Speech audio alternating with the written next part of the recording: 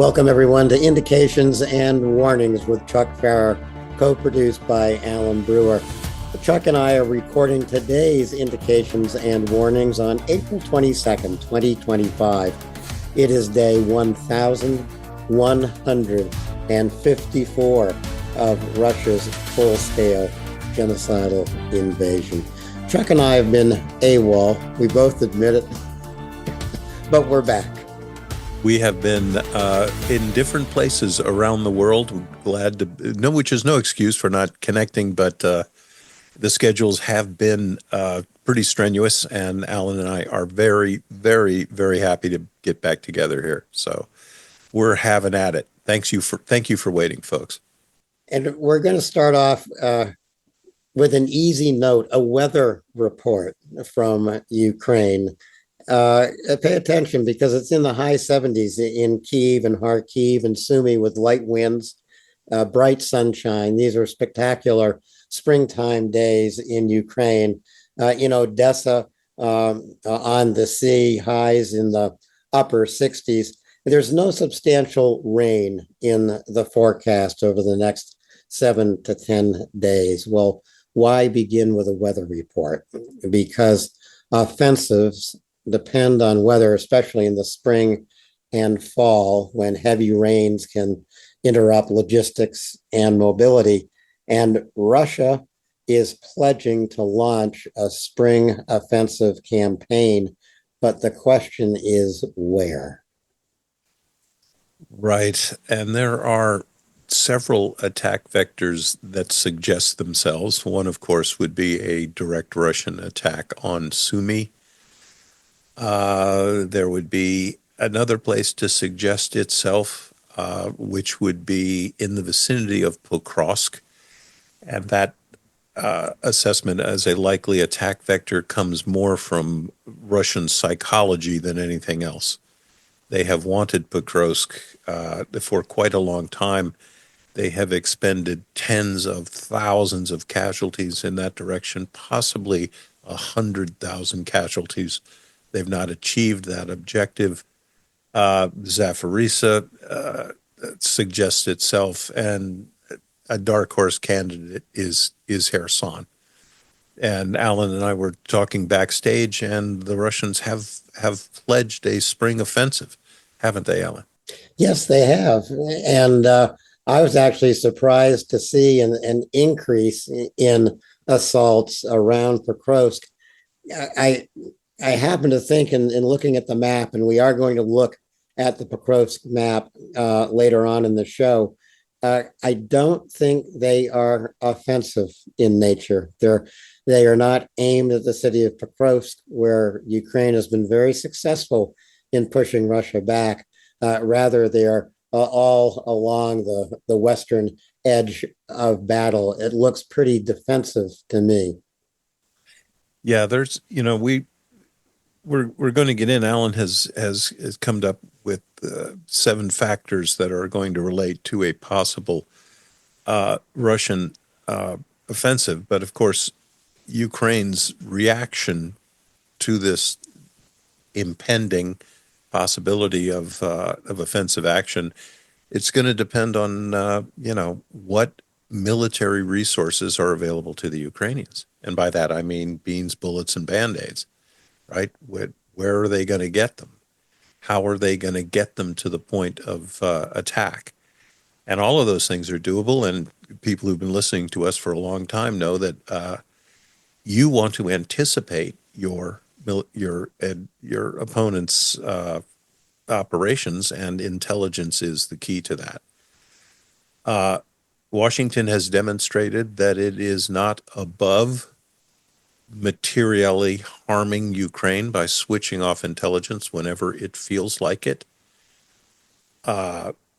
Hanging over all military operations in Ukraine are these pending dialogues, negotiations, whatever they are with Russia.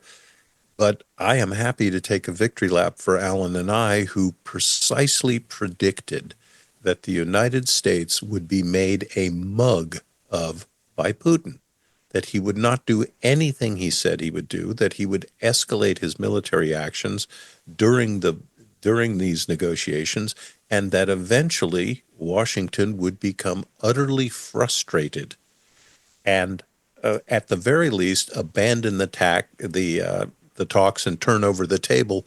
But hopefully, Alan, they will do one more thing instead of just quit the negotiations, and I'll let you deliver the punchline. They'll get mad and finally do the one thing that hasn't been done on behalf of Ukraine, and that is arming Ukraine for military victory over Russia.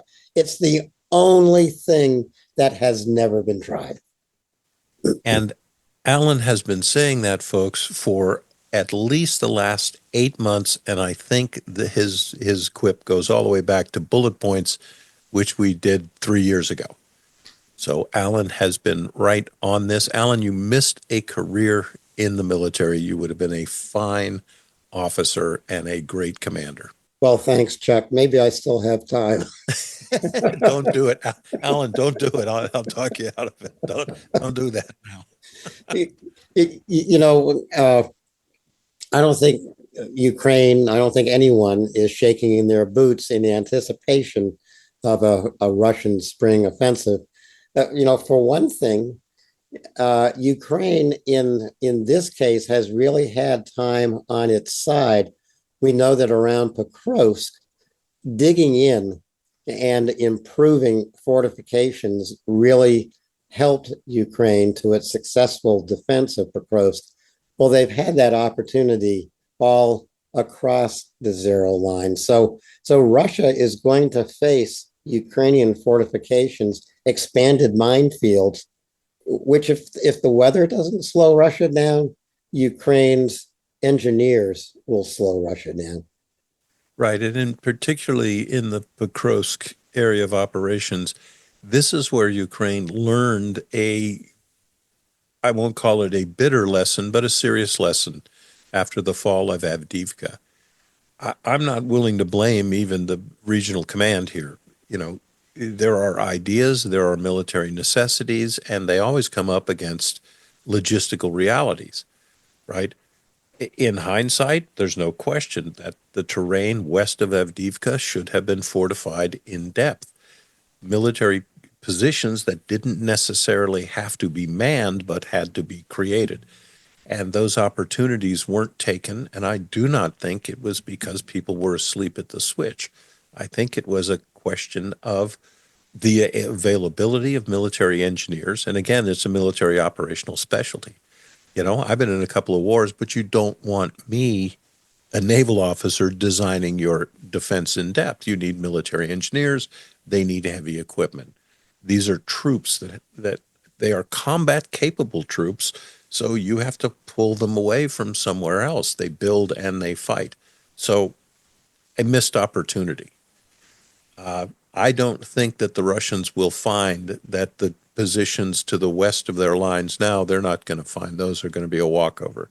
Yeah. And as Alan said, these are positions that have been prepared, and they're going to pay the toll if they try to pass. Yeah. Maybe a spring offensive for the Russians will become a make or break moment for Russia. I don't know. They at one time controlled 30% of Ukraine. They now occupy less than 20% of Ukraine. This spring offensive could be the military's plea with Putin, give us one more chance. And I bet it's a chance they shouldn't be taking. Well, there is there's always the possibility. Ukraine has been on the sort of strategic and tactical defensive for the last 24 months in this war. That doesn't mean they're on the back foot at all. You can still win a war fighting it defensively. And there are some indicators that the Russians should be paying attention to, but they're not. And to our Russian listening guests, get out the pen, write this down, and then weep when it happens to you. There were battles just before the Easter truce, where there was a day where the Russian losses in terms of personnel were about 1,200. That's a lot of people. That itself is a battalion of men. They lose that routinely. But what struck me, they lost a number of tanks sufficient and a number of artillery pieces and armored vehicles sufficient to an entire battalion of armor, 8 battalions of artillery, and 130 armored fighting vehicles in one day's combat. Yeah. That was essentially more than a brigade task group wiped out. Now, it was done in 2 or 3 heavy contacts, but a dozen or so other contacts. So why am I going on about this? Well, when Russia tries to move larger size formations, they have a long and growing history of getting their asses kicked. At south of Kupiansk, where they lost a battalion in 20 minutes, the battles of Vuhledar 1 and 2, where they got absolutely plastered. Some of their better formations, a naval infantry brigade, the 115th. When a country's Marines are always better trained, they just got smoked. So, an impending spring offensive from Russia, does that mean larger formations? Does it mean larger forces at the point of contact? But I tell you what it will mean, Russian listening guests, your preparations for these attacks, if they are coming, will be absolutely pinpointed by NATO intelligence. That will be shared with the Ukrainians. And here's my War College training aid. The Russian forces look like this, right? They are taking a bite out of Ukraine, but that means the Ukrainians are here.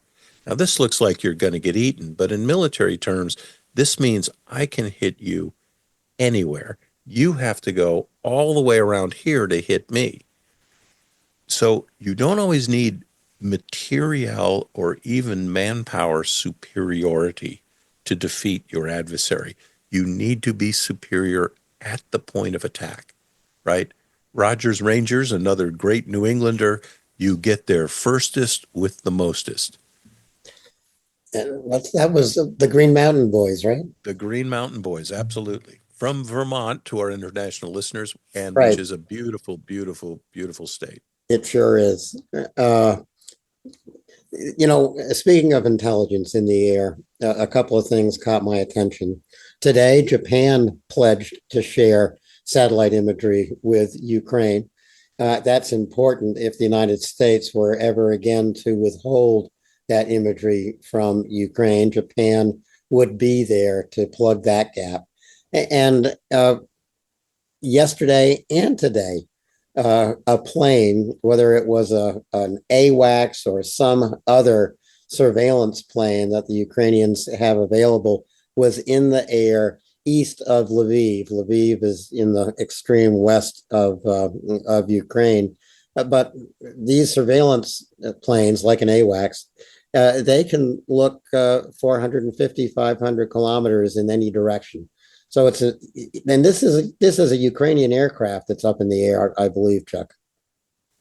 Yes, I posted on this yesterday, and if I repost something, or generally, I try to get as many points of triangulation as I can. And one of our distinguished colleagues, Axel Jacobs, heard from a Swedish parliamentarian who didn't agree with me that this was, in fact, a Swedish ASC 890, which is a turboprop 2-engine AWACS platform, but it has a rectilinear radar, so it doesn't have the flying saucer on top. I had Axel thank him for his concerns about the post, etc. But I would say this: the flight paths of that aircraft, which were long and U-turns, those are indicative of an aircraft with precisely that rectilinear radar arrangements. If you had an E-2 Hawkeye, it can fly wherever it wants. It has a circular sensor envelope. I can't say categorically that that was a Swedish manufactured aircraft. The flight pattern makes me think it was. And I can understand Swedish sensibilities, but I think the Russians know what sort of electronic emissions were occurring during this sortie. And I think we'll just have to guess that it probably was a test flight. And this is going to be a quantum leap forward in the effectiveness of Ukrainian air operations. And and especially because the Russian AWACS platforms, they only have 6 of them, and of that, maybe 2 are flight worthy. And some of these models are incapable of in flight refueling. So they get an AWACS plane up every whatever it is, couple of days. Or maybe it's a matter of weeks that go by. It has been, and they don't have flight crews. They've lost 2 aircraft in combat, fully loaded with their flight crews. So, and again, that whole program wasn't big enough. There are hundreds, maybe thousands of people in the U.S. Air Force that are qualified to sit in those certain seats to man conduct the air battle mission. And I'm not sure the Russians have that. Again, these are the kind of force multiplication bits of equipment that Ukraine requires.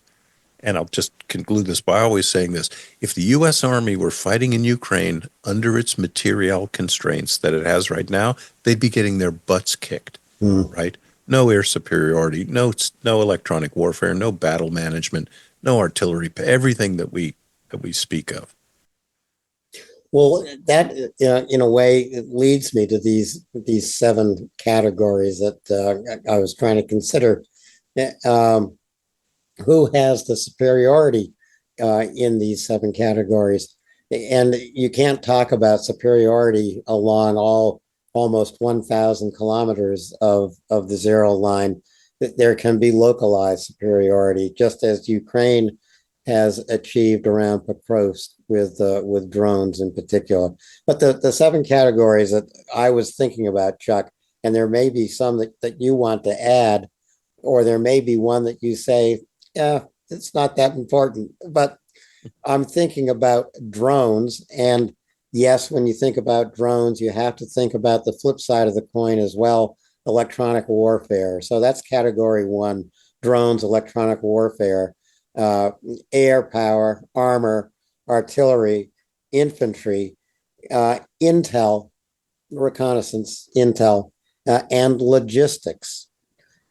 Uh, you know, Russia has had air superiority from the beginning of this war, and they're going to have it until the end of this war. I don't think there's any question about that. But look at drones and electronic warfare. Who really has a superiority in that category? What do you think? Yeah, I think Ukraine is ahead. They are in fact a world leader. We've seen the cat and mouse game of electronic warfare, but I always like to predicate these discussions and put it this way. If you're going to get killed on a battlefield in Ukraine, you're a Russian, chances are it's a first-person drone that's going to kill you. 3 years ago, there were not first-person drones hunting infantrymen on battlefields. 3 years ago, the Javelin missile was the thing that was going to decide the life and death of enemy armor. Javelins cost $250,000 just for the missile, not the launcher and the training, etc. First-person drone costs what, $1,000 and $35 for an RPG warhead. There has been an absolute back and forth with electronic warfare.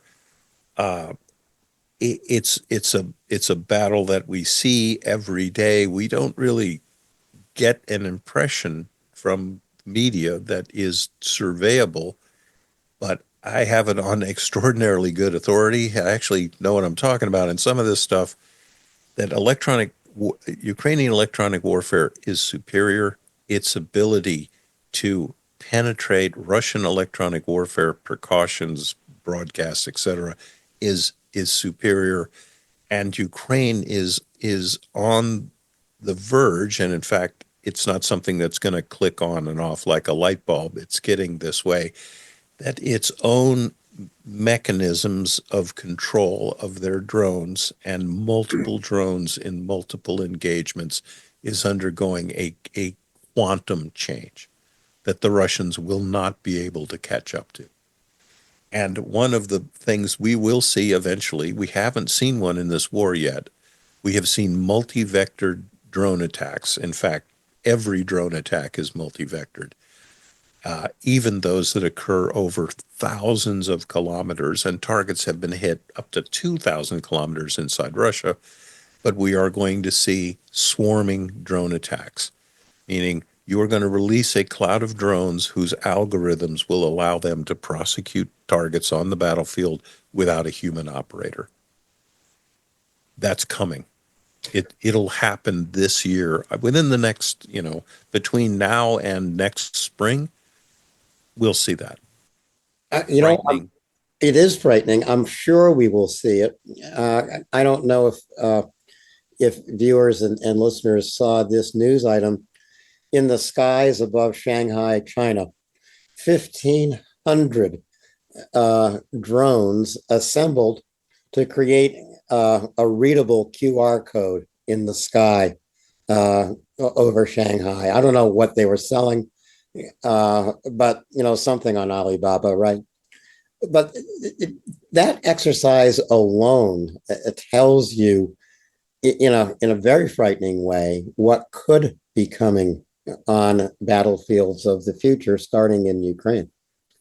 Yeah, whenever I see one of those, a giant dragon in the sky or Mickey Mouse or whatever it is, look, that's not advertising your favorite foot cream. That is a national demonstration of power. Yeah. That is telling you that whatever target you have, we can make every one of these things come in a cloud that you can't fight. Yeah. So we will see that. And there's another thing I always like to remind people.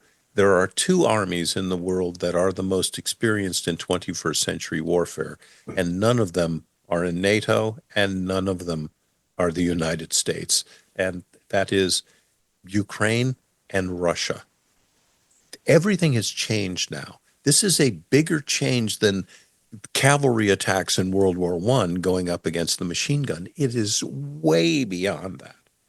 And the Ukrainian army is the best at it, period. Chuck, you took that thought right out of my head.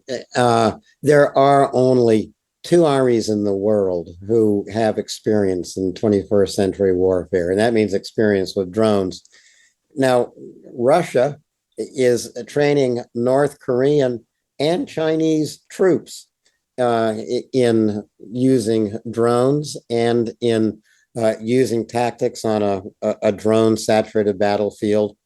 The Danes are sending a few, and they stressed, unarmed Danish soldiers to Ukraine for training purposes, the purpose being to find out how to use drones, how to integrate drone tactics into infantry tactics, and to have the experience of encountering drones on the battlefield. Those are the very first NATO soldiers that will get this experience in Ukraine, to the best of my knowledge. Yeah, and there's another. Why do Alan and I always say this is a quantum leap and first 21st century war and everything has changed? You can think of it this way. This is the democratization of a couple of major military functions that only used to exist, and I mean 3 years ago, at the absolute highest echelons. Even as a tier one Navy SEAL, I could pick up the sat phone, I could get anything I wanted. B-52, Harrier, you name it, Apache, whatever I wanted. But I had to communicate with higher echelons for close air support. Now, I turn to a guy in my rifle squad and I go, let go your drones, and you've democratized air. So everybody has air support right next to them. Okay, here's another thing. Electronic warfare used to be the functions of carrier battle groups. I mean, if you had a nuclear reactor, you could deal in electronic warfare. Now there isn't a rifle squad, Russian or Ukrainian, that doesn't have one guy who's got an EW platform in his backpack. And these aren't the only revolutions in tactics, etc., but just that explained, I hope, so everybody can grasp it. That is a fundamental change. And that means things like you don't have a Navy, but you can sink a guided missile cruiser. The only Navy that's ever sunk a guided missile cruiser is the Ukrainian Navy. And folks, they ain't got a Navy. Yeah. They don't have a navy now, but they have control of the Black Sea. Exactly. Stunning. So I know we're going to circle back to drones and electronic warfare as we go through these other categories. But the second category that came to my mind, Chuck, was air power. And yes, the Russians have vast air superiority, and they use it in devastating ways every single day. I would have to say during the Trump ceasefire, which was not a ceasefire at all, or during the Putin Easter truce, which wasn't a truce at all either. Uh, Soviet air power was used primarily on civilian targets. Big glide bombs aimed against residential towers. We saw the destruction in Sumy on Palm Sunday, so more than a week ago now, and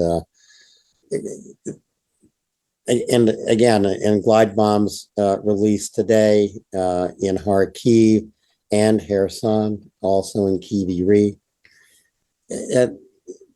Even Putin today, in remarking about these attacks, acknowledged that they occurred. Trump called them mistakes. Putin called them punishment. So he is acknowledging that his military has committed a war crime. Yeah, and this is part of his psychological makeup. He has commented on numerous occasions, for example, retaliatory strikes against perceived Chechen terrorist threats he has described as punishment, as stern chastisement, although he doesn't know the word chastisement. He's kind of breathes through his mouth between words. But this is his take on it, and there's no question about it. You're punishing non-combatants again, but Alan, you and I have been pointing this out for ever. If you've got a precision strike munition and you are a Russian commander, your priority targets are apartment buildings. Period. That's it. There are hundreds of thousands of examples we can look at. Let's just look at Mariupol, a utterly eviscerated city surrounded by tens of thousands of civilian burial sites. Not to mention the mass graves. Right? This is the Ruski Mir. This is the Ruski Mir. Yeah, I don't think anyone's ever won a war by bombing playgrounds, but that's what Russia does. I will note that Ukraine has been more active in the air, more active with F-16s, with airstrikes against military targets in Kursk and Belgorod, especially military headquarters in both Kursk and Belgorod. But Ukraine will never, ever have air superiority in this war. It's an impossibility. It is an impossibility, and building an air force and being able to project power from the air, it's a generational process, right? Russia and the United States were both aviation pioneers, right? And the development of an air force, look, it's only something that happened in the last sort of century, right? So the development of Air Force can be quick, but a century is, 4 generations of people, and a military generation is about 10 years. It's half as long. Not for the least reason that, you're not going to be Alan or my age and flying around with Goose and Maverick, pulling 8 Gs in a, it's a young man's game. However, what Ukraine can do is continue their asymmetrical force postures, right? You don't have to be dominant everywhere. You don't need national air superiority, as desirable as it is. You need air superiority at the point of contact, right? Fight like the Viet Cong. They weren't strong everywhere, but where they fought, they brought force to bear. And the United States learned incredible lessons in Vietnam. A war we lost, and you win, you can win by learning from your adversary. Yeah. Asymmetrical fight. And, my entire career was in asymmetrical fights, right? I had 16 guys. I had to, so when you control every variable you can about the contact, and you plan things, including running away after you win the fight, you can do it for a long time. Yeah. Moving on to armor, regardless of the thousands of tanks that Russia has lost, I'd still have to give the superiority advantage to Russia even today, because Ukraine has so few tanks, so few supplied by the United States, even by Germany and by Great Britain. 11 Abrams tanks sent to Ukraine's aid by the United States. I don't think they've seen more than a few days of battle. Yeah, and there is, look, I first of all, I'm not an armor officer. I am, I would say, a reader of military tactics and history. The main battle tank is not dead, right? It is not going away. It is going to increase in its capabilities and its defensive armament, etc. But the Russians have lost tens of thousands of, they've lost staggering numbers of tanks. I did an article for the Kyiv Post a couple of months ago. Russia's losses in Ukraine amount to the total forces available to NATO, not just NATO ground forces. They've lost the equivalent of every single person in every single military in all of NATO. I mean, you let that sink in. That's not winning, right? And we are talking about the possibility of a Russian spring offensive, and Alan has delineated the factors that we're talking about. But look, Russia's never going to win this war. No. Not with losses like these. One thing that Russia does better than anyone in the world is their gray zone operations, and their information warfare is without peer anywhere. They can murder somebody on a Moscow street and convince you that that journalist was an absolute threat to the nation of whatever, and that it didn't happen, right? That the Crimean people really wanted Russia. They can make you believe anything. The other thing at which they excel is the ability of the Russian people to suffer and endure. And they are never going to run out of Vatniks. However, those Vatniks, civilians, are not going to win the war. No. We've seen time and time again, their soldiering skills are ridiculous, laughable, and frankly, offend me as a military officer that you would put people like that into combat. Well, one thing I will say in the armor category, you see Ukraine use its armor, or, if you want to put the Bradley fighting vehicle in this category, they used the Bradley with more daring and more effectiveness than even the designers of the Bradley fighting vehicle thought it would be capable of. Oh, absolutely. I mean, so there are Bradleys that are configured to carry anti-tank weapons as a means of self-defense. Yeah. To break contact as soon as possible in the reconnaissance role that they were designed for, but to get up there and mix it up with a platoon of Russian armor. Look, those Ukrainian operators, they are the Jimi Hendrix of the Bradley, right? Nobody can use it like that. But it's also shown me something. Look, if you're up against 4 Russian tanks and 1 Bradley, they should win. Mm, But they consistently fail. And now I'm back to Vodniks being sent to the front, yeah. right? So we're not talking German tank aces or the guys in Fury, right? Plus, they're also in vehicles that have a fundamental design flaw.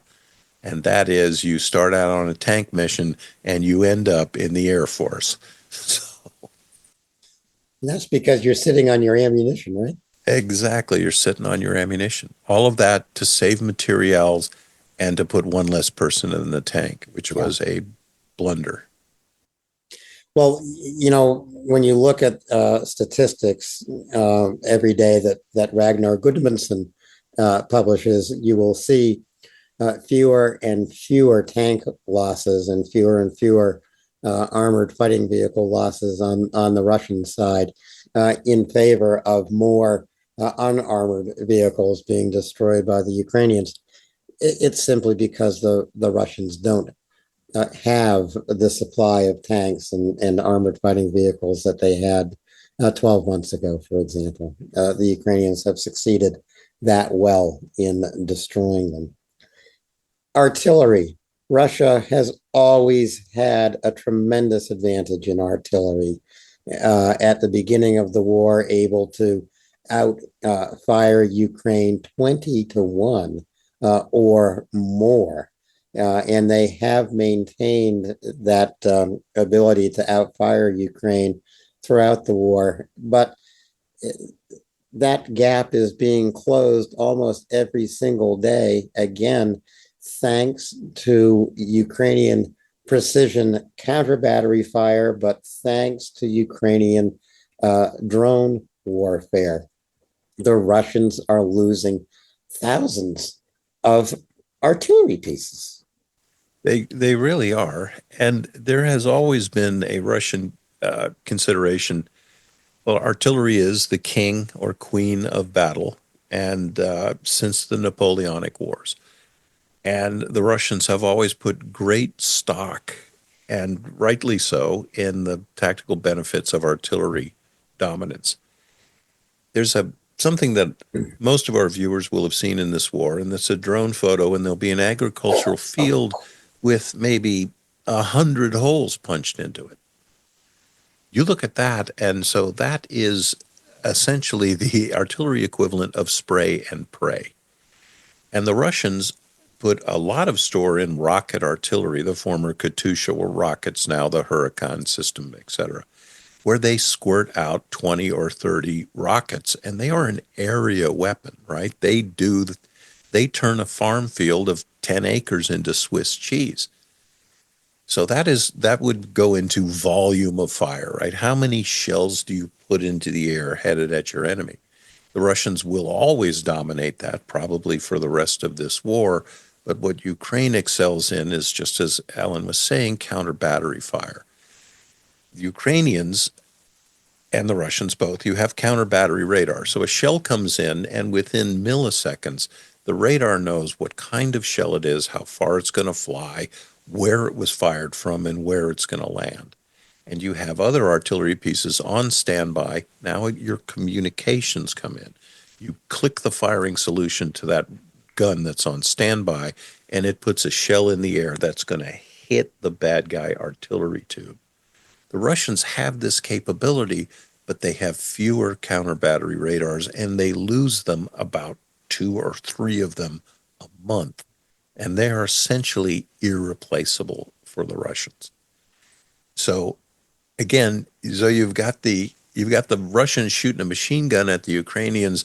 The Ukrainians have a pistol, but they shoot one round back and they kill the machine gunner. Yeah. And they are accelerating, those losses. And as we said the other day, the Russian daily artillery losses were 8 full battalions of artillery. Yeah. That doesn't happen because they were shooting all around the area and they got the gun. Bang. Yeah. And counter battery fire now also includes a first person drone. that goes to that location revealed by counter battery radar. You know, the other thing that Russia does with its artillery, that these are artillery emplacements. Once they find a spot that they like for their artillery, they very rarely move out of that spot. Well, I guess this is one reason why Kharkiv and Sumy and Kherson are all under artillery fire every single day, but pretty much from fixed Russian artillery emplacements. This makes it eventually easier for Ukraine to find them and destroy them. Whereas Ukraine uses artillery much differently. They shoot and they scoop. Yeah, and if you want to survive, if you want to have a career in the artillery, instead of a 2-week deployment ending with you coming home and your mom getting the flag, you got to shoot and scoot. That's why you see self-propelled guns, right? That's why the Caesar platform, the Archer platform, various the Polish Crab system. These are vehicles. Some of them look like tanks, but they are self-propelled guns, and they are computerized. So I'm driving to my fire mission. I drive to the GPS location my vehicle tells me. I push a button. The gun is already got, but in the Navy we call the dope, the firing solution, and bang, bang, bang, you let go of 4 rounds and you're off to your next spot. Towed artillery, you can sort of do the same thing, but you've got to wheel up with the gun, unlimber it, set it up, fire, then you got to limber the gun back up and drive off. The Russians we see are, as Alan says, in fixed positions. You dig a hole, you put a camouflage net over it, and the Russians, I see this, they constantly disappoint in basic soldiering skills, right? If you have a hatchet, you can camouflage your gun. You go out and you chop down a bunch of bushes and you arrange them like flowers and you make sure you can't find your position. The more you do that, the more likely you are to live. And just watch the targeting videos. They make no attempt to hide the gun. There's always a crossroads nearby. Why? Because they don't know how to use the land navigation. They can get to the intersection. You don't want to be offset from an intersection. Don't do it, right? Anyway, those lacks of the fundamental skills of an artillery gunner, battery commander, right up the chain of command. That's why they lose thousands of artillery pieces. Yeah. And good. I want them to continue. Of course, never interrupt your enemy when he's making a mistake. And here's a mistake that Ukraine is not making. Rather, it's a very smart investment. What is the homegrown artillery piece of choice? It's self-propelled artillery that they are now building 10 a month domestically. So Ukraine knows how to invest its money in any field of military manufacture. Well, infantry. We all know who has the infantry advantage. It's Russia, and it's because they can bring North Korean troops continuously to replace frontline Russian troops. They can pull 160,000 new recruits off the streets, not from St. Petersburg or Moscow or Ekaterinburg, but from elsewhere in the country. Russia, I guess, does have a kind of limitless supply of infantry that it can send to the front line. Well, but more and more in a 21st century battle, training is required for those guys. And let's go back to the root of infantry. Where did that come from? Les enfants, the children, right? And Rome took over the world because they didn't fight like the Gauls and the Celts, like bang your spear and go, come on and get me. They fought in phalanxes. They were trained. And the Spartans were famous for training their soldiers literally from childhood. So, there is the training gap. It takes 18 months at least just to train an American grunt. That's it, 18 months so you can be a rifleman in a rifle squad in a rifle company. Guys are getting knocked on the head in the subway, in the metro at Moscow, and 2 weeks later, they're in combat in Ukraine. And they are dying in their literal battalions every day. They've hit what, 2,200 casualties in a day? Oh, yes. There's about 1,000 rifles in a infantry battalion. They lose a battalion every day. So there's not only problems with the training deficit of sending civilians and convicts to the front, there's also a problem with the leadership. And we have not just anecdotal information, but quantifiable information. Russian POWs being debriefed by intelligence forces, social media posts. Our instructors our commanders are drunk. They steal our paychecks. We haven't been paid in 6 months. We don't get medical attention. Everyone knew this assault would fail. You have Russian units surrendering. Entire platoons have surrendered at once. Those soldiers know that signing an agreement to go to the special military operation, they know it's a death sentence. They know they're not getting out. And when you have battle data like we had from the pre-truce ceasefire fighting, where battalions worth of gear and material casualties were suffered, but only 1,200 men, that means people were unassing their vehicles and running away. They were abandoning their guns. They were jumping out of their vehicles. We've seen hundreds of examples. They drive their tanks into ditches. They drive them off. They drive them off bridges. They back them into buildings where they can't get out. They don't want to fight anymore, Al. Yeah. I'm sure we're going to see more of that. I do want to just mention, before I forget, and I should have mentioned it when we were talking about artillery, North Korea is supplying about half of all the artillery shells that Russia will use in a year now. And that's significant.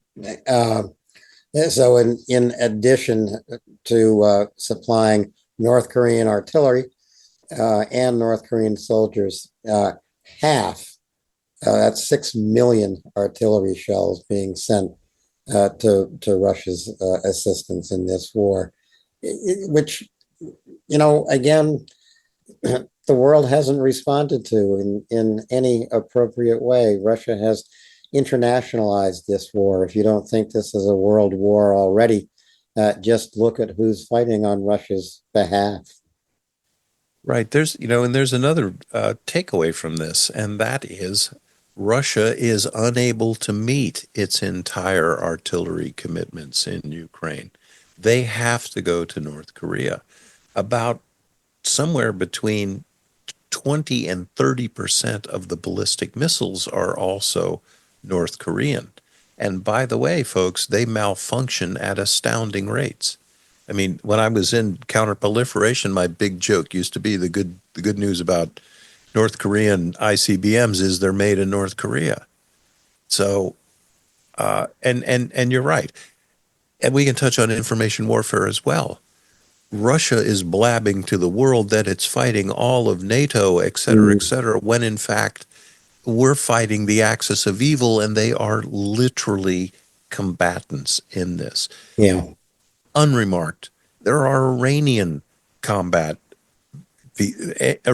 technicians in combat. They run the Shaheed programs. Mm-hmm. North Koreans have been in Ukraine since 2 Novembers ago.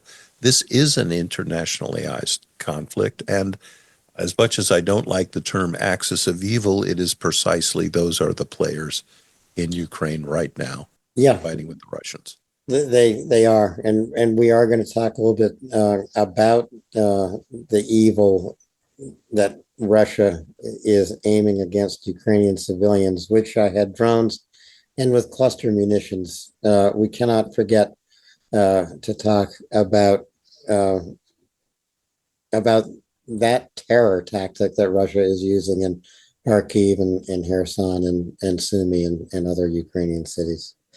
uh, we took a quick look at Intel, but if we go to Intel, I'd have to say Ukraine has the advantage here, not necessarily with satellite imagery, although if it continues to get satellite imagery from NATO, if Europe and Japan find ways to replace that satellite imagery, if the United States withholds it, then I think they'll be just as well off as they have always been.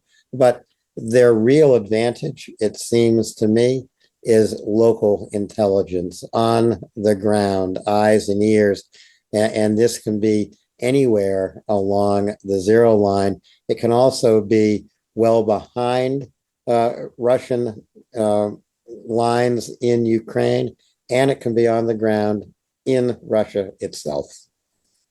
Right. The Ukrainians have a very well developed intelligence network. And just as Alan said, tactical battlefield intelligence right down to the company level, which means basically I got a 10-kilometer block and my own organic intelligence assets, just the stuff I have as a company commander, can give me a pretty good idea of what the Russians are doing in my area. That's, I would call that tactical battlefield intelligence.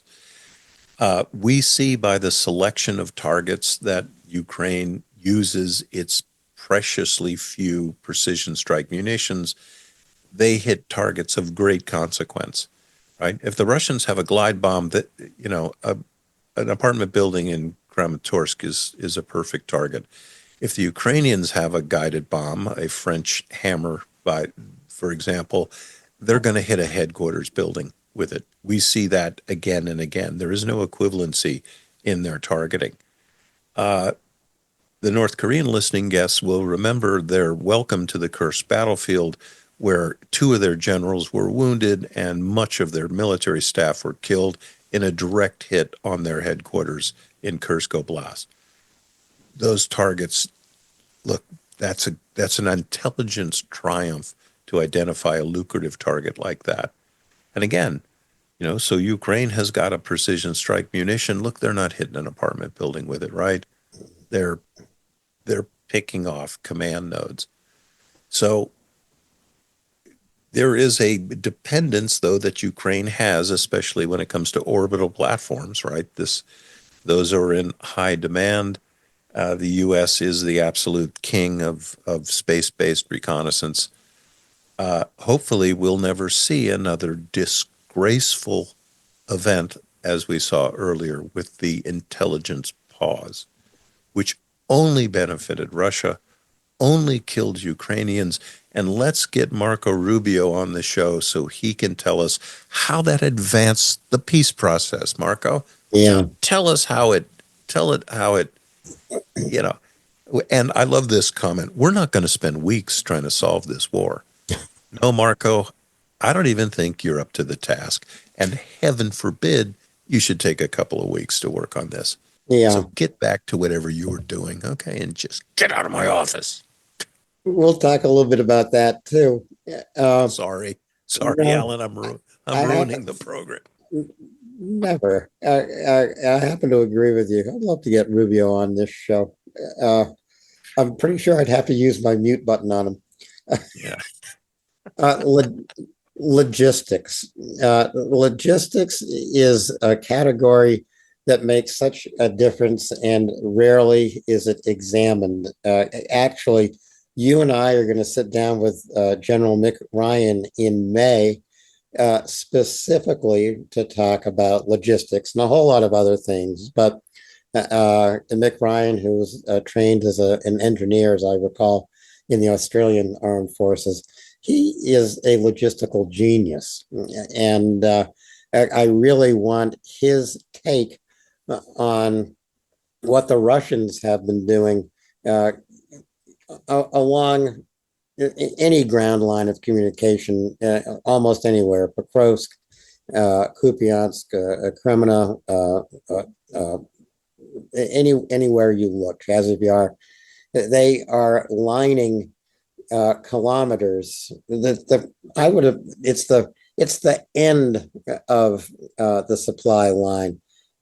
Kilometers and kilometers of road with nets, both overhead and along the side. So it's as if you're at a driving range, or Yeah, you're driving. in a batting cage or something like that. And they've had to do this to preserve the integrity of their logistical supply, to protect um, their horses, and as well as their trucks from Ukrainian drones. I I don't know if it works though, Chuck. No, and to our Russian listening guests, it doesn't work. And as you will find out, now you are constrained. Now the artillery knows exactly where you are. You can't go anywhere else. You're right there. And it might limit FPV drone operations, but believe me, the Ukrainians know how to make a shape charge, as do I. The net is not going to save you from an explosive, a shape charge with an explosively formed penetrator. Okay, good luck on buying all those fishing nets.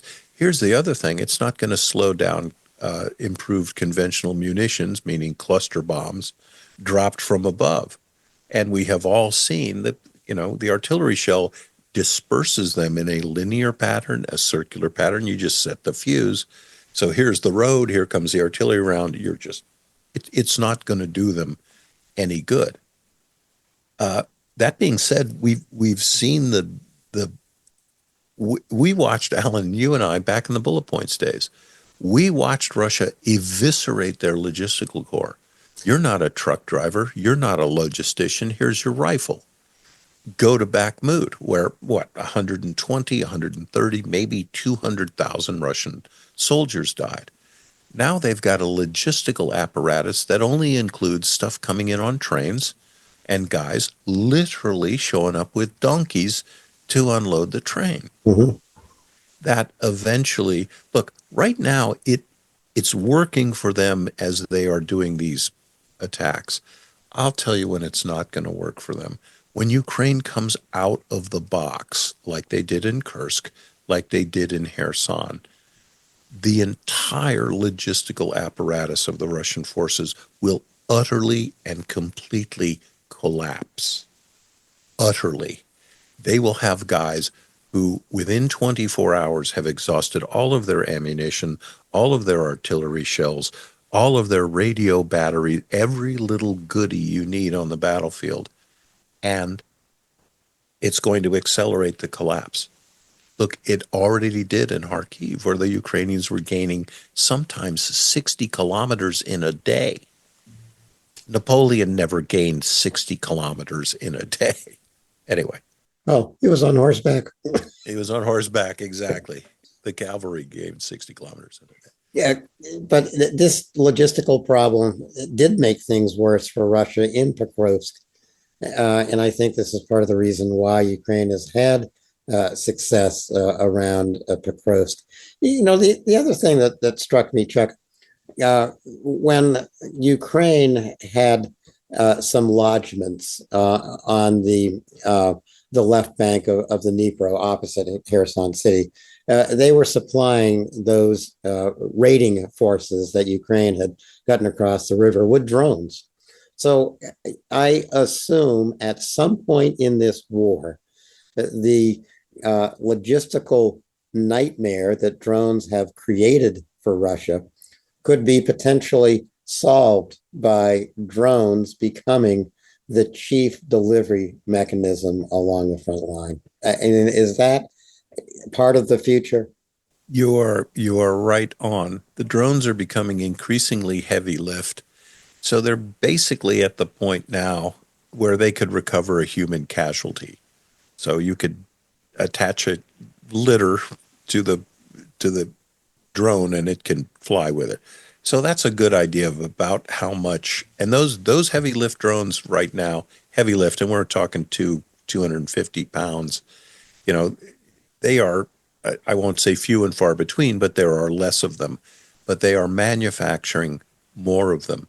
And it is quite possible in a war, say in 2050, that the vast majority of battlefield supplies will move by, you know, remotely piloted aerial vehicles up to and including very, very heavy lift platforms, right? So there's no reason why a CH-52 20 years from now, 53 rather, couldn't operate autonomously. It certainly could. Yeah. So that's definitely going to be happening. And even in this war, as you said, we've seen it happen. Yeah. It's not quite there for Kazovac yet, but look, 100 pounds of ammunition, I don't know. You can definitely turn a contact, right? You could be losing it and then you could be winning it. You think, you know, two guys enter the battle space, they're both carrying 400 rounds of ammunition. One guy runs out, the other guy's down to 20 rounds. Whoever gets the next 400 rounds is going to win the fight. Yeah. If again, in the category of logistics, who has the advantage or the superiority? I guess I'd have to say Ukraine does, all based on their interior lines. Absolutely. And that's every little thing in the military, you know, the slope of a 3-degree hill, which way the wind's blowing, where the sun is, whether you have interior lines, whether your logistics are dispersed and efficiently converge when they're needed, whether you've got a donkey delivering yours or a deuce and a half truck, all those things matter, right? Fuel mileage, and that, you know, the military science is collecting these small inflection points and using them to your advantage. And, you know, training, of course, having seeing the necessity of a multi-month training curriculum for your soldiers, not including their military operational specialty, right? Tank driver. Look, yeah, look, I've been in a lot of wars. You drop me in a tank, I can't drive it. I don't know how to start it. You know, I'm a hog looking at a wristwatch, right? So all of those things that count, and Ukraine is doing everything right. Her allies aren't, but Ukraine is doing everything right. Yeah. Well, let's hope when drones are making deliveries on the front line, the American military doesn't privatize the operation and have Amazon do it. That would be a huge mistake.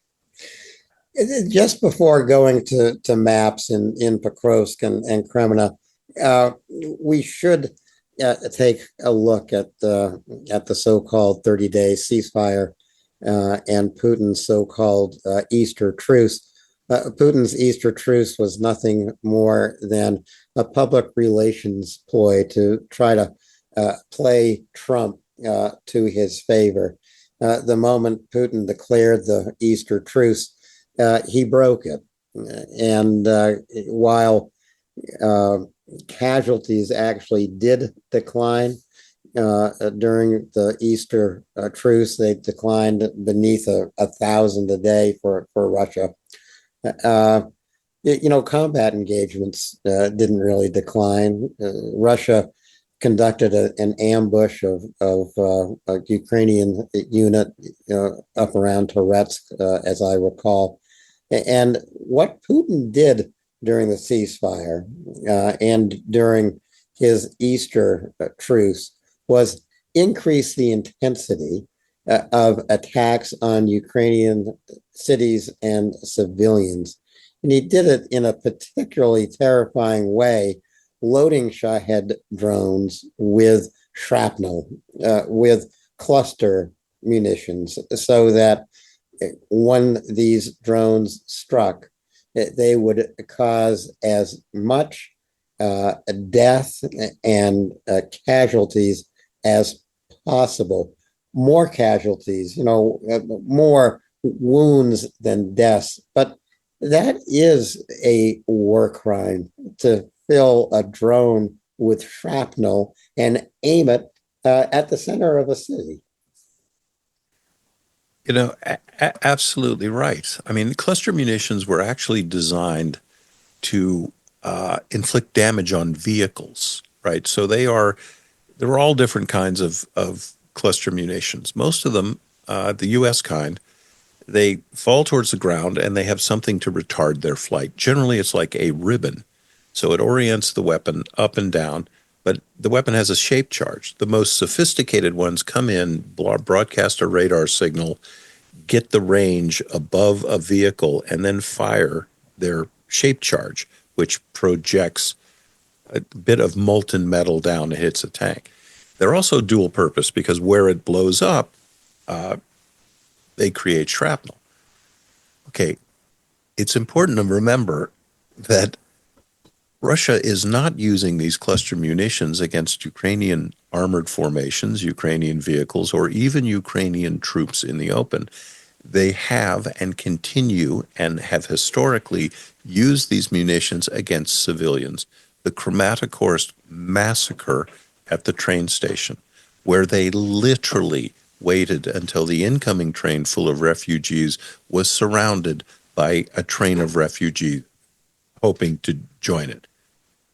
Just as Alan said, over the ceasefire, Russia has armed Shaheeds with cluster munitions.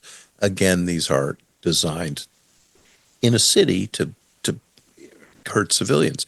There's been another significant escalation that the Shaheed drones themselves are being coated with toxic chemicals so that the explosive ordnance technicians who are dealing with a downed Shaheed are literally poisoned by materials placed on the drone by Russia. But wait, it gets better. They're now also containing cans of asphyxiant chemical warfare agents. So it's not an explosive warhead. It is technically a riot gas, still absolutely prohibited by the chemical weapons conventions, but they're using only the Russians could come up with an anti-riot agent that is also a blistering agent, so it burns your mucous membranes, and eventually stuff is so severe it's classified as an asphyxiant. So I am literally saying during their truce, they escalated their chemical warfare campaigns to include drones with 1,000-kilometer ranges. Yeah. That was during your ceasefire, Marco Rubio. So please get back to us. We'd love to talk to you on the show. Maybe we'll touch on those negotiations as we close out the show. But we do want to get to maps. I've delayed getting to maps in Kreminna and Pokrovsk so that Chuck and I were able to do something of a reset of where we stand in the course of the war right now.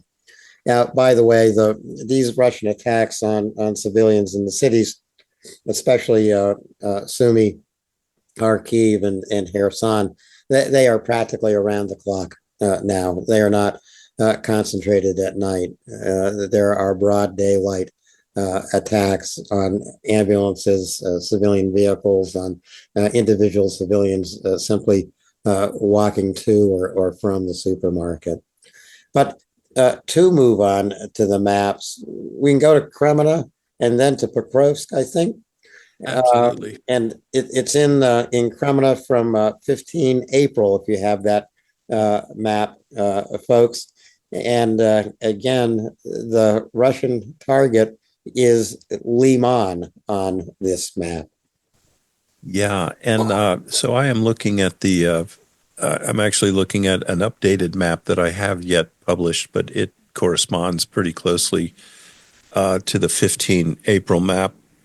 A worrying development. We were looking at the Russian salient that is north of the Zarabets reservoir. There's an area sticking out there that the Russians have managed to expand what is worrying to me on the most recent contact reports, and I'll have this map up later this afternoon, folks, but there are a number of Russian contacts that are about 1 kilometer in advance of where the zero line is plotted. Okay, this doesn't mean the Russians are seizing this territory. It doesn't mean these points of contact mark successful Russian assaults, but it tells me that they are pushing west. Okay, but bear in mind, I look at this thing, and I want you to have the long view that I do. Every Russian attack loses between 30 and 80% of the assault force. That's the math. Sometimes they lose 100%. Very rarely do they lose less than 30%. But what this tells me is, of course, they are pushing hard here in Kreminna. Alan, and I know this is one of the scrappiest places for Ukrainian defenders. They're outnumbered in this area about 10 to 1. They are giving much better than they're getting. So Kreminna has always been a sort of place where the Russians didn't really do much. So they've done some stuff in the last 6 months, but what they're doing is Kreminna wasn't in the top 4 or 5 places where Russians died. That was Kupiansk, that was especially Bakhmut, it was Vuhledar. Bakhmut battle space, conservatively 250,000 Russian casualties, and that number may be double. But I think Kreminna now, Alan, is entering the zone where they're heading up to 6-digit casualties. And it may be at this point, I'd estimate 150, 175,000 Russian casualties in Kreminna. And again, a la Chasiv Yar, they have not reached Liman. No, They are not close to getting it either. and they don't seem to be.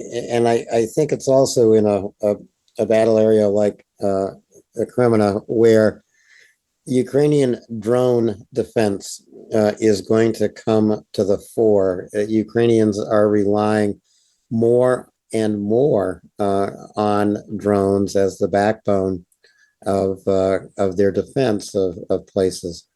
In fact, I saw a comment earlier this week or late last week that often it is the skill of the Ukrainian drone operators that determine whether or not Ukraine is successful in defense of a certain place on the zero line. That might be what we're looking at in Kreminna. Yeah, you've got also the Russians are flailing around a bit in their tactics now. It's not yet a typical Russian attack, but they're getting to the point where they've got 100 guys on motorcycles and they send them forward. Yeah. And they're supposed to get to a tree line patch of, and everything you and I have been saying a long time. Everyone who's listened to us, look at the green spaces on the map, whether it's just a little green line or a patch of woods, that's where they want to get. And then the Russians plan to back them up with APCs and armor. To our Russian listening guests, you know exactly how well this is working.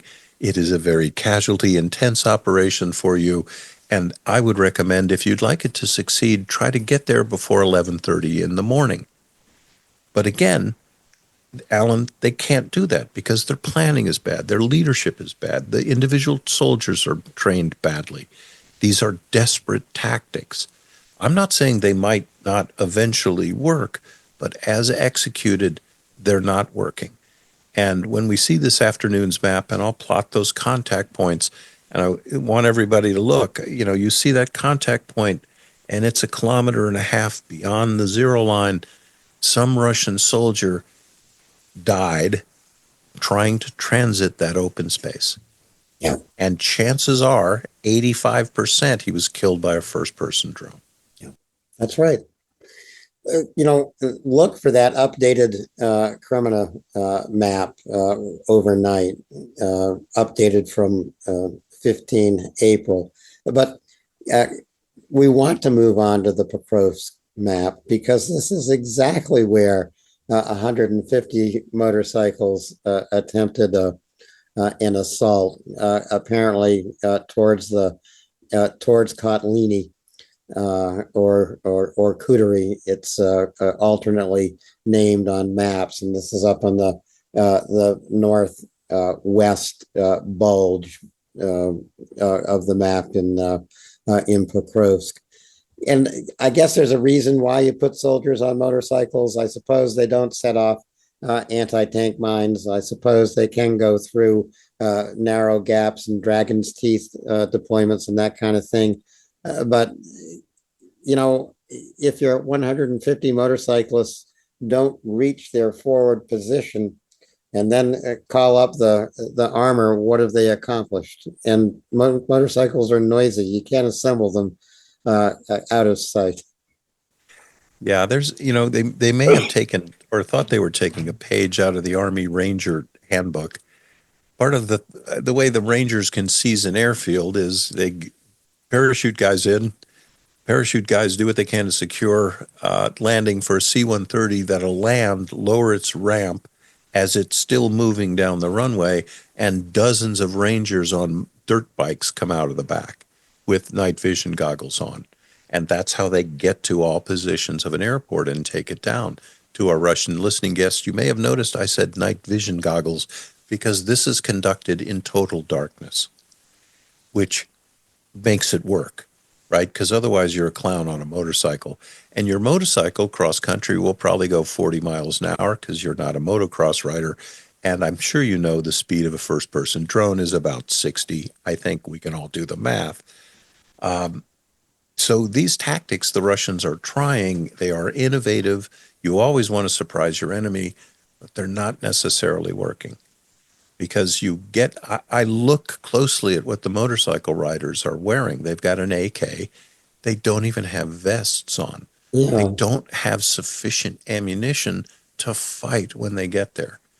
And I don't think it's because the guy didn't say, hey, look, I'm riding a motorcycle. Why don't you give me 700 rounds? I don't have to carry it. Give it to me. Ergo, I think there aren't 700 rounds to give this guy.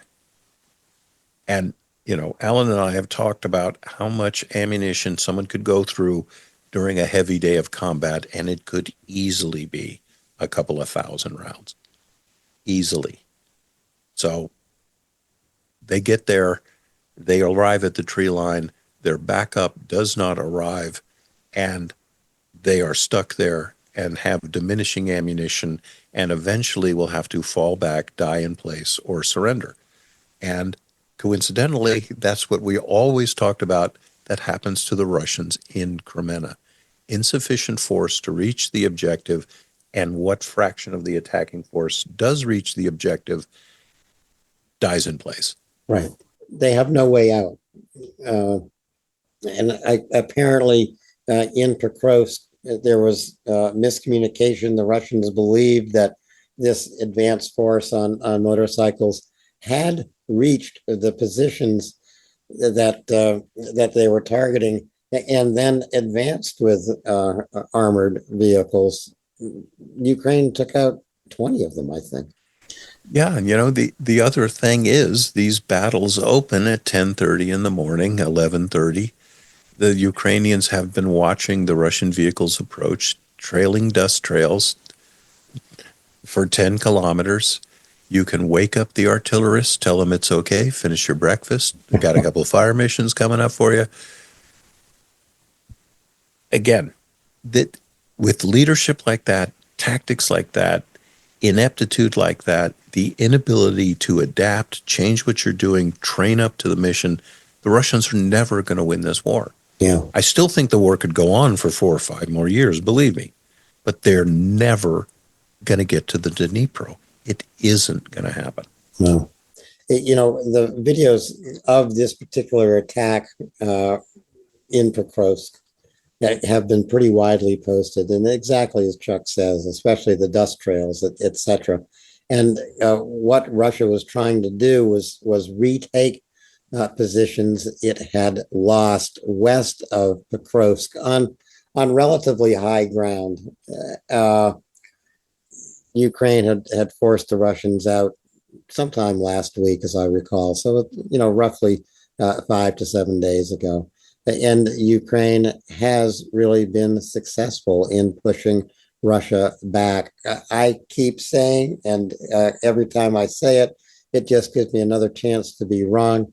I still expect the Russians to retreat wholesale south of Pokrovsk. Haven't seen it yet, and I guess we won't. Well, there's another constraint here that happens, and that Ukraine cannot depend on adequate quantities of materiel to back up offensive operations. Every day, tactical opportunities go unrealized by the Ukrainians. For example, the defeat of this 100 motorcycle kludge, this circus attack on Kuturi. There is always an opportunity when you beat off an enemy assault that you shove it down their throat and follow them back home. That's always an opportunity. Why doesn't Ukraine do this? They can't count on being able to reinforce that fast-moving operation. And the Russians also hand opportunities to the Ukrainians. The Ukrainians don't have to burn fuel. They don't have to transport troops. All they have to do every day is wait for the Russians to show up at 11:30, and they do. Right? So there's another reason why the Russians are going to lose. And there's an endemic, baked-in problem with a command structure that cannot report above and say, look, what we're doing isn't working. Yeah. We are getting smoked every day. This isn't working. We have to retrain, retool, and do something else. That doesn't happen in the Russian military. Your career will not blossom if you say that stuff at a briefing.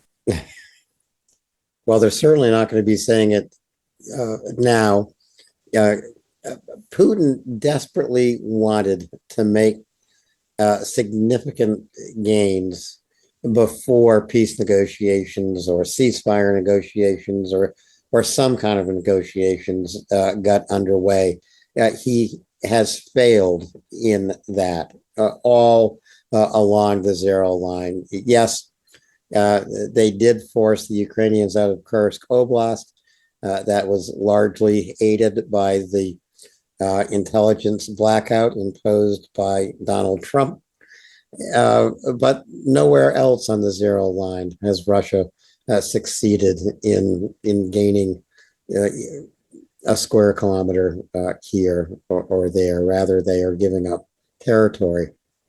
And this is why Putin is now moving to the negotiating table in order to achieve there what his military has failed to deliver on the battlefield. And by God, with the help of Donald Trump and Steve Witkoff and Marco Rubio, he might just do it at the negotiating table, Chuck. I don't know. Well, I'd certainly hope not. But Russia makes these maximalist demands. It has declared Kherson Oblast now and forever part of the Russian Federation. Well, they don't control all of Kherson Oblast. They say the same thing about Zaporizhzhia. They don't control all of Zaporizhzhia. Donetsk, ditto. Luhansk, ditto. So just exactly as Alan just said, they want things handed to them on the negotiation table that they have not won on the battlefield. And just as a footnote here, and it isn't a footnote, let's talk about the brutal treatment of those people in Ukraine in the occupied territories. You don't surrender your Ukrainian passport for a Russian passport, they're going to take your property away. You can't get a driver's license. You don't get medical care. You have no standing legally. You are literally beneath the law. You can be assaulted, beaten, raped, stabbed, murdered. You don't have any standing in the Russian occupational courts. Yeah. Right. There's a clear bad guy here. Somebody's on the side of the angels. I hope Washington remembers that. But this is an existential war for Ukraine. It remains one, even though Russia cannot win it. I mean, we need to end the suffering, and there is one way to do that, Alan, and that is to get the occupiers out of Ukraine. And that is to use that one thing that has yet to be tried, fully arming Ukraine for military victory, which it could achieve, frankly. They have the leadership and they have the commitment and reason to fight. They could do it if only they were equipped to do it. And that's all they've ever asked for. Just give us the tools. We will finish the job. And I'll add one thing. The Russian army, Russian military is consuming itself, both materially and in terms of its combat potential, its combat effectiveness. This army is eating its own guts out. Its soldiers are undertrained. They are dissatisfied. They mutiny virtually every day. A unit mutinies. What I'm saying is the whole Russian apparatus is getting more and more brittle and shaky. So if there's anything that is actually good is the Russians keep running their forces into the ground. And on that glorious day when Ukraine can operate in combined arms maneuver warfare on a major scale, they will succeed as they did in Kharkiv and as they did in Kherson. We saw what the Russians did when they were hit by concentrated blows for a force equipped for maneuver warfare. They fled en masse. Yeah. The paper tiger, we just need a match. That's all all. you need to fight a paper tiger. That's right. That's all we need. I think we'll be back this week with some matches. And who knows, maybe with a little gasoline too. Absolutely. Or at least some lighter fluid. So now that we are back on air here with indications and warnings on the information warfare initiative, give us a like, share, bring folks here to see some past episodes of indications and warnings. For that matter, tell us what your favorites have been, and we'll get them up in a queue so that you can watch and listen to all of them. But for today, April 22, 2025, day 1154 of Russia's full-scale genocidal invasion of Ukraine. This has been another episode with Chuck Pfarrer of indications and warnings. Thank you all for watching. Chuck, Slava Ukraini. Heroim Slava. See you again, folks, and we're back.